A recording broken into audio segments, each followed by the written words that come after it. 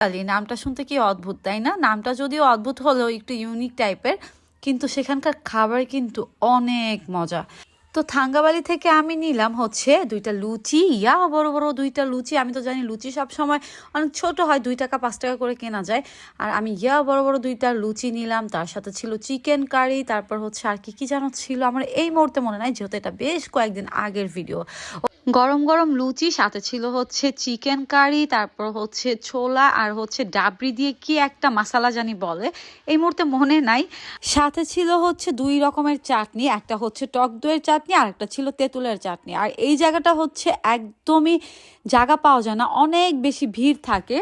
আর এইখানে অনেক রকমের শপ আছে, আপনি সব রকমের খাবার পেয়ে যাবেন, চিকেন থেকে ফুড মিক্স, তারপর ফালুদা, ওয়াফেল, বিভিন্ন রকমের হচ্ছে শপ আছে। এক একটা শপে এক এক রকম খাবার পাওয়া যায়, আর প্রচন্ড পরিমাণে ভিড় থাকে। আর ফাইনালি আমি একটা কফি শপ থেকে